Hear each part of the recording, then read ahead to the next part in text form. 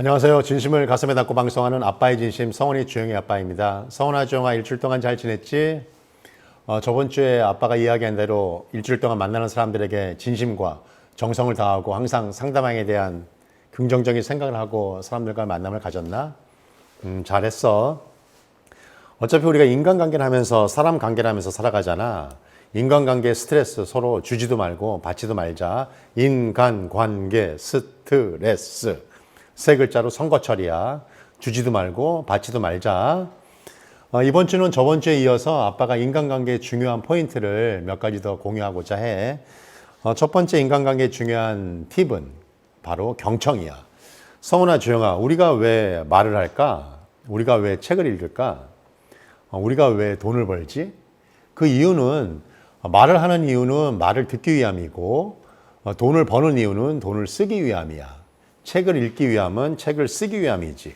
꼭 책을 쓴다는 개념보다도 그냥 쓰기 위함, 전체적인 개념이야. 우리가 의식하든 의식하지 않든 우리가 어떤 행위를 하는 데 있어서는 이렇게 우리는 경계 속에서 말하기와 듣기, 읽기와 쓰기, 돈 벌기와 쓰기 이런 경계 속에서 우리는 살고 있다. 삶의 균형이란 이런 경계 속에서 적절한 균형을 맞추는 거야. 너무 말을 많이 한다든가 너무 책만 읽는다든가 너무 돈만 벌려고 애쓴다는 것은 삶의 균형이 깨졌다는 얘기야. 항상 균형을 맞추는 삶이 중요한 거야. 그런데 아빠가 살아보니까 이 중에 균형을 맞추지 않고 한쪽으로 많이 치우쳐도 오히려 많이 치우치는 게 삶의 균형에 훨씬 더 좋은 것이 있었어. 그것이 바로 말하기와 듣기, 말하기와 경청인 거야. 우리 귀가 두 개고 입이 하나잖아. 그만큼 두 배, 세 배 더 많이 듣고 말하는 것보다 말은 최소화, 듣는 거는 최대화시키라는 그런 개념인 거지.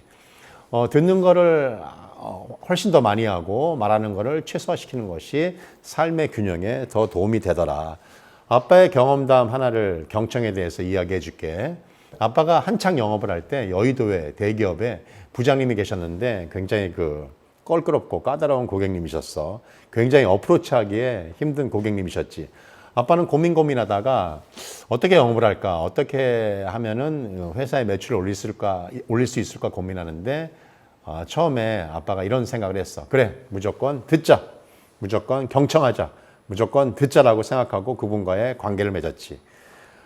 일주일에 3-4번씩 방문을 했고 워낙 큰 고객이기 때문에 아빠는 갈 때마다 그분의 얘기를 무조건 들었어. 3시간, 4시간, 5시간 계속 얘기를 들었지.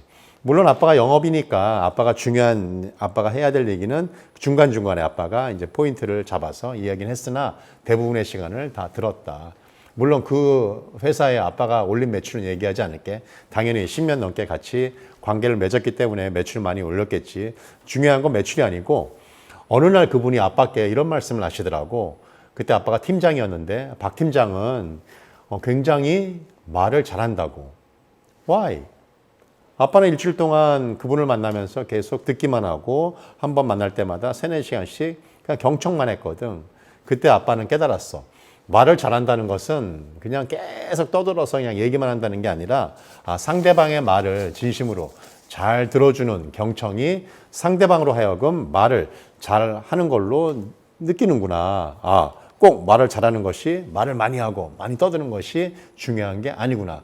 그때부터 아빠는 경청의 중요성을 깨달았고 사람들과의 관계에서 듣는 습관이 몸에 배이게 된 거야. 그래서 아빠는 말하는 것보다는 듣는 거를 훨씬 더 좋아하지. 성훈아, 주영아, 누구나 처음 사람들과의 만남에서는 어떤 낯설음, 두려움이 있어. 그 두려움과 낯설음을 없애는 방법은 만나기 전에 무조건 상대방의 이야기를 듣겠다, 경청하겠다라는 생각으로 미팅이나 사람들과의 관계를 갖는 거야. 그러면 처음 만나는 어떤 낯설음과 두려움이 사라지게 되는 거지.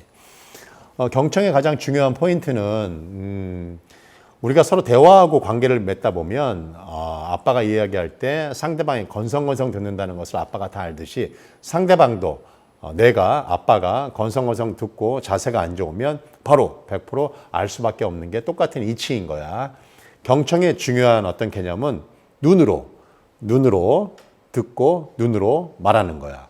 원래 말은 입으로 하고 귀로 듣잖아. 듣는 거는. 그런데 진심에 진심의 경청은 눈으로 듣고 진심의 말은 눈으로 말하는 것이다. 노래 가사도 있지 않니? 눈으로 말해요. 눈으로 말해요. 살짝이 말해요. 남들이 알지 못하도록 눈으로 말해요. 사랑은 눈으로, 진실한 사랑은 눈으로. 이 두 눈은 거짓말을 하지 않아요. 노래 가사 참 멋있어. 성원아 조용아, 경청은 눈으로. 우리 눈으로 경청하는 인간관계 한번 만들어 보자. 두 번째 인간관계의 중요한 포인트는 오지랖을 떨지 말자. 겸손하자라는 얘기야. 오지랖. 아빠가 여러 사업을 하면서 그동안 수많은 오지랖을 떨었지. 그때는 아빠가 상대방을 도와주고 상대방의 어떤 베네핏, 혜택을 준다고 생각했는데 나중에 보니까 그게 오지랖이었던 거야. 내가 바로 서지 않고 남을 도와주는 행위는 오지랖인 거야. 그래서 아빠는 요즘 남을 잘 도와주지 않아. 왜? 일단 아빠가 바로 서는 것이 중요해. 남을 도우려고 할 때 어떤 좋은 것을 남과 쉐어하려고 할 때는 아빠는 곧 이것이 정말 아빠가 바로 서고 하는 행동인지 아니면 오지랖인지를 반드시 요즘에는 생각을 하는 습관이 있어. 오지랖 관련된 공자의 논어에 나와 있는 이야기를 짧은 이야기를 하나 해줄게. 공자 논어에 보면 미생이라는 사람이 있었어. 미생은 어떤 사람이었냐? 자기 집에 식초를 빌리러 온 사람이 있었어. 그런데 자기 집에, 미생 집에 식초가 없었어. 그러니까 옆집 가서 식초를 빌려다가 자기 집에 온 식초를 빌리러 온 사람에게 식초를 빌려주는 거야. 이런 인간관계가 옳은 인간관계일까? 아니야. 이거는 정직한 인간관계가 아닌 거야. 식초가 없으면 식초가 없다고 이야기를 하고 바로 거기서 끝나는 인간관계. 이게 정직한 인간관계인 거야. 미생은 결국 자기가 사랑하는 여자친구를 다리 밑에서 기다리다가 막 비가 오니까 폭우가 막 쏟아지니까 보통 사람 같으면 막 피할 거 아니야. 왜? 내 목숨이 중요하잖아. 미생은 그 여자친구를 기다려야 된다는, 여자친구가 온다는 믿음 하에 그 폭우 속에 그 억수같이 오는 그 비 속에 빠져서 미생은 목숨을 잃어. 우리가 보통 오지랖이 넓거나 융통성이 없는 사람, 융통성이 없는 믿음을 가르쳐서 우리는 미생의 믿음, 미생지신이라고 이야기를 하는 거야. 미생지신은 옳지 않아. 인간관계, 사람관계의 중심은 바로 바로 내가 바로 선 다음에 그 다음에 인간관계가 형성이 되는 것이야. 내가 믿음과 신뢰가 있어야 내 주변에 믿음과 신뢰의 인간관계가 형성되는 것이고, 내가 어떤 탐욕과 욕심, 집착이 있다면 내 주변에는 사기꾼들이 득실득실하는 인간관계가 형성될 수밖에 없는 거야. 미생의 믿음, 오지랖이 막 넓은 미생의 믿음이 아닌 정직한 인간관계, 미생의 어떤 그 융통성 없는 그 믿음, 미생 지신이 아닌 겸손하고 유연한 인간관계가 필요한 거야. 겸손하고 유연한 물과 같은 인간관계. 물은 성원아 주영아 높은 데서 항상 낮은 데로 겸손하게 흐르지. 물은 굉장히 유연해. 네모난 데 들어가면 네모요. 세모난 데 들어가면 세모인 거야. 물의 유연성, 물의 어떤 부드러움에 대한 인간관계가 굉장히 중요하다.